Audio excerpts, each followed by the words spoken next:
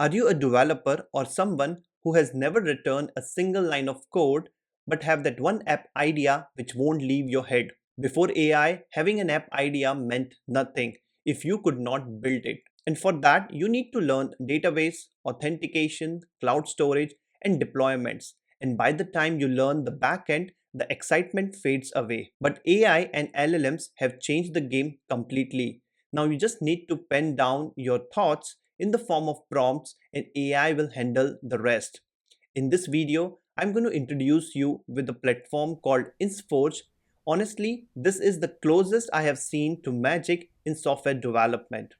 Let me show you the app that I have built using the InsForge. So this is the full stack recipe book where you can browse all recipes. You can filter recipes based on categories like breakfast and dinner. User can create their accounts and log in. You can create your own recipes. You can also generate recipe using AI. Just add the ingredients, select the cuisine and generate. You will see all the fields of the recipe are auto-generated using AI. You can also upload the recipe image. You can also mark a recipe as favorite and you can manage your own recipes. Every single piece of this project, whether it's a backend, frontend, AI features, all are built using prompts. I did not write any SQL, I didn't configure any server or database. I just told InsForge what I wanted and it built it for me. By the end of this video, you will learn how to build full stack apps from idea to live production apps using InsForge in 10 minutes. So if this sounds interesting, then stick around. Also don't forget to subscribe the channel or press the bell icon so that you don't miss the videos like this one. So let's get started.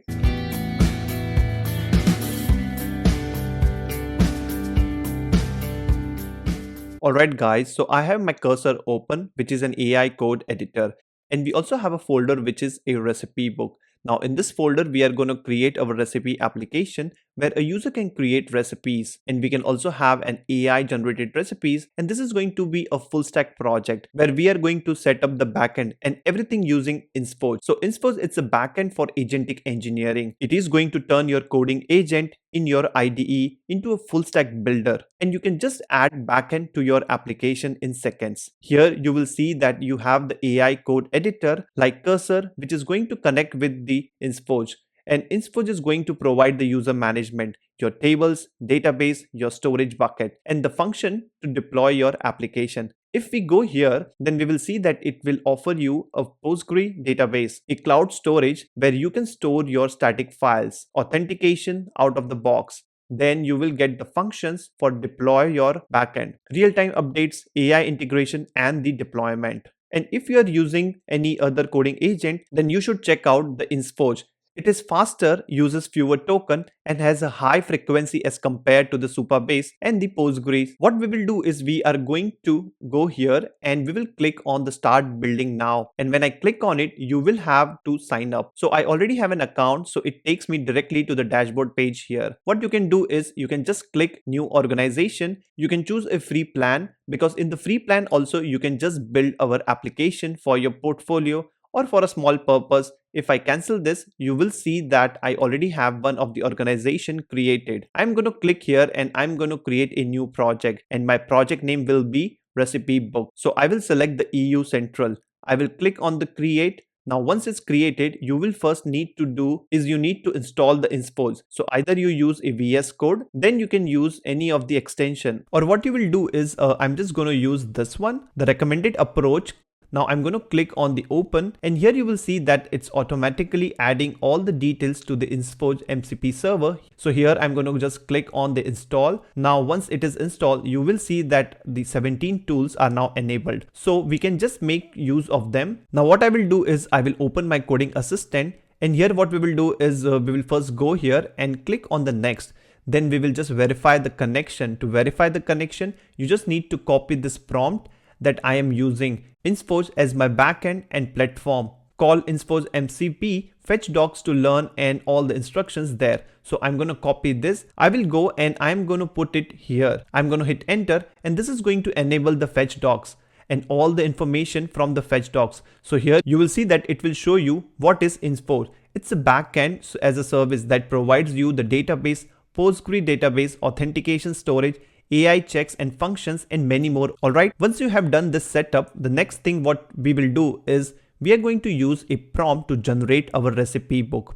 Let me show you the prompt that we are going to use. So I will go here, and here is a Google Doc which I have created. I have just added the layman language, whatever I needed in order to build my recipe book. So it is completely the idea which you have, and you can just transform your idea into a full stack application. So we need to build a recipe book with InsForge as a backend platform. Then we will have our core features like recipes, simple category, search recipe, and user account. After that, we will have some personal features like you can save your favorite recipe and have a my recipe section. We will be using AI to generate the recipes. After that, we will be having some categories that will have the tables which we want. We need a user table to manage the user recipes. To manage the recipes and the favorites, we will be having a storage because we will need to store the recipe images. Then we have an automatic recipe seeding because we want that when the application is created, we need some sample recipes. Then we are going to integrate it with the OpenAI, and we need to set some rate limiting that we should have only 10 generations per user per day. Then we have some requirements. You can also remove few details from here, and it's up to you. Whatever you have the idea about your app, you can just put them in the prompt. I'm going to copy this and we will go back here. Now here, I'm going to simply add my prompt.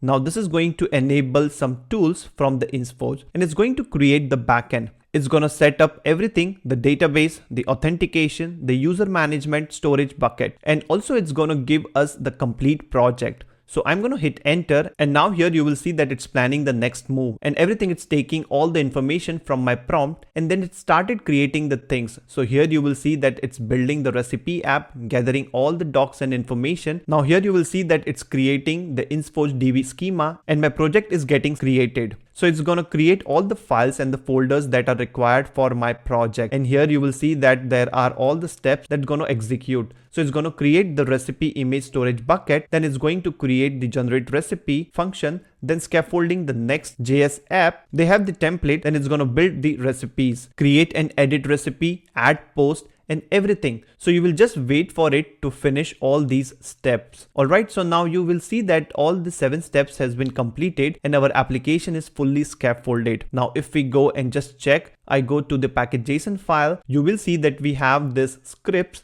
we have the InsForge SDK and everything. If I go to a readme, then we will see that it has also created a proper readme with all the features and everything that has been built. If I go to the source folder, then we have the app and everything. Now if we want to run this application, what we will do is let's go to the terminal, and inside the terminal I will just have the npm install. So it is going to install all the dependencies in our project. I'll zoom out a little bit. Alright, now here we will see that everything is installed. Now let's run it. So I will have the npm run dev, and this is going to start our application on the local server. I'm going to copy, I will go here and I'm going to use it on this URL. Okay, I see that we have an error, which is the hydration error. We can just fix that. So let's go back here. I will go to the layout, and in the layout, I will just use here suppress hydration now. We can go and check again. So we don't see any errors here. Now I'm going to click on the browse recipe, and here you will see that these are already some of the recipes which have been created, although there are no images because we have generated it using the AI. But if we click on any one of them, then we should be able to see properly the lunchtime, its preparation time and everything. We can go back here, and here we can also filter based on the breakfast, and these are all created based on the prompt that I have passed to the InsForge MCP server. Now if I click on the get started, we also have the sign in and a sign up. So I'm going to click on the sign up. I have this out of the box sign up page from the InsForge. Let me create a user. So I will be having the page @gmail.com, and I will have the password as 123456 as my password. I'm going to click on the sign up, and you will notice that as soon as I click on the sign up, it asks me for the verification email. Now in the dashboard, if we go back here and I will go to the users, then I see that the users is already created. with the email and the email verification is false. So here you will get all the details. If I go to the tables, then it has created the recipe table and the AI generation usage. So here you will see all the database tables and the data we have. Then we can go to the authentication and we can also do configuration here. Email verification, I will make it false because this is for the development. So I'm going to click on save changes. Now if I go to the database, then here you will see that you have the tables and everything. You can also use the SQL editor. So let's say if I want to do something, select star from, I want to select everything from my recipe. So I can just use the recipe and let's run this. So if I click on the run, okay, recipe doesn't exist. Let's take the name. So it's recipe. So I can go back to the database SQL. And this can be recipes. So I will just select and run. And here you will see that you get all the data, the tables and everything. Then you have the templates. So these are the database templates for your e-commerce, Notion clone. You have a storage where you will store all the images. And if I go to the users, what I will do is I will just delete this user because I want to create this user again as I have disabled the email verification. I will go to my application and I will go back here. Now I'm going to click on the sign up and this time it will allow me to create a user without any email verification. So I will have the password. I'm going to click on the sign up and you will see that I have logged in. I can go to my profile. This is my simple profile page. Now if I go on the recipes and this is a recipe page, I will click on my recipe. Then I don't have any recipes here. I can click on the add recipe and here you just have a tag here as generate with AI. So what I will do is I'm going to click here and here what I will do is ingredients on hands or comma separated. So I'm going to have that I have a rice, I have lentils and I have some pulses. Cuisine, I can make it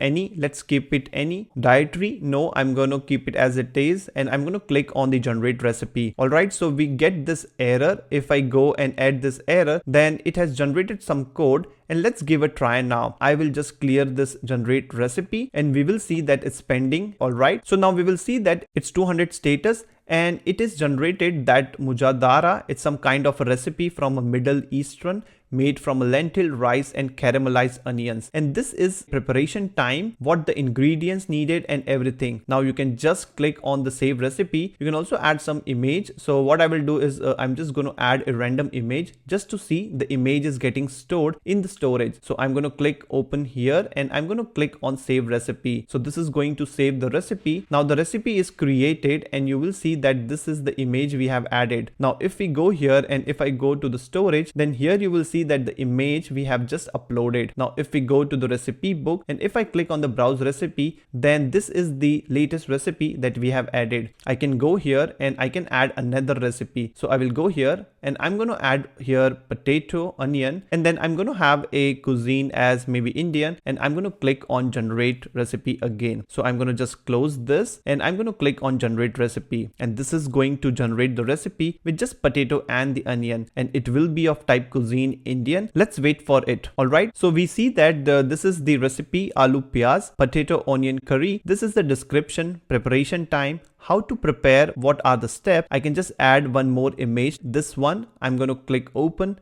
and I'm going to click on save recipe. So here we will see that this is the another recipe. I didn't had a proper image, so I just added some random image, but that's okay. If we go to the recipes, then we see that we have this aloo pyaz and we have this mujadara and we have all the recipes. So now this application is perfectly working. We can also go and add to a favorite. So I clicked here favorite. Now if I go on my favorite list, then I will see that this is my favorite. And if I go to my recipe, then here I see that I have created two recipes.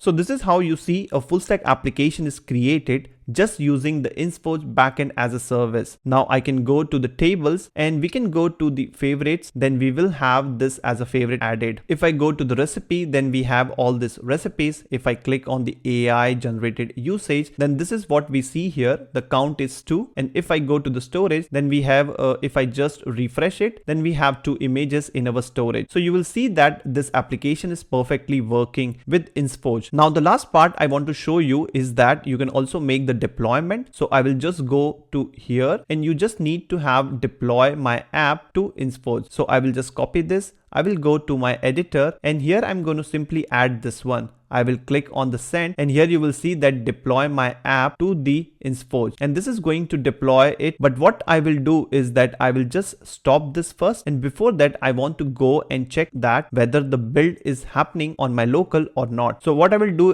is here I'm going to have the npm, so I will go to the package.json file, and in the package.json file I will just do the npm build. So I will have the npm run build, and let's see the build happens or not, and if there are any errors or not. So I'm going to hit enter. We are just going to wait for it, and it will create the optimized production build. All right, so the build happened successfully. There are no issues. So now we can just go and try to deploy it. So I will just copy it again, and I'm going to just hit enter. I will do continue and revert. So now you will see that it's creating the deployment with your project settings, and it will copy all the environment variables by itself. Now it says that the deployment is created, and this is the deployment ID. The status is initializing. This is our live URL after the deployment is done, and it's deploying on the Vercel. Now if we go and check, I will go back here, and I'm going to go to the deployment log, and here you will see that this is building. So the deployment is still happening. So let's wait for it. If I go to the environment variables, then here you will see that it has added the environment variables. You have noticed that even you integrated the AI generation, you did not add any OpenAI or anything. Everything is added by the InsForge, and that is where I want to show you the docs of InsForge. So if I go to the insforge.dev, and if I go to the doc, then here they have a well-guided documentation how to use each and every concept they provided. If you go here, you will see that how to use database authentication, storage, AI integration. This is what we have integrated to generate the AI generated recipes. We just have the InsForge SDK. Internally, it has all the AI APIs, which is going to connect to any of the model like OpenAI, Anthropic, Google, any of the provider.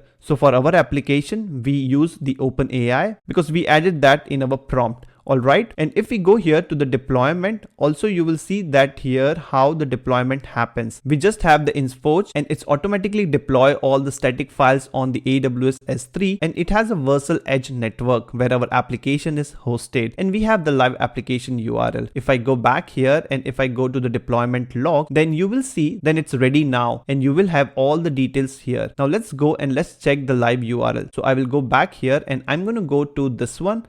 I will copy, I will go to my browser, and I'm going to add it here. And here you will see that the application is already deployed. You can just use your URL, put it in your portfolio, or if you have some just idea and you don't know how to build it, just give a try to use the InsForge MCP server, and you will see that your application has been transformed from idea to the live usable application. Now here you can just go to the sign in, and I will just sign in with my user. I will have the password. I'm going to click on sign in, and here you will see that we have the application ready with sign in features.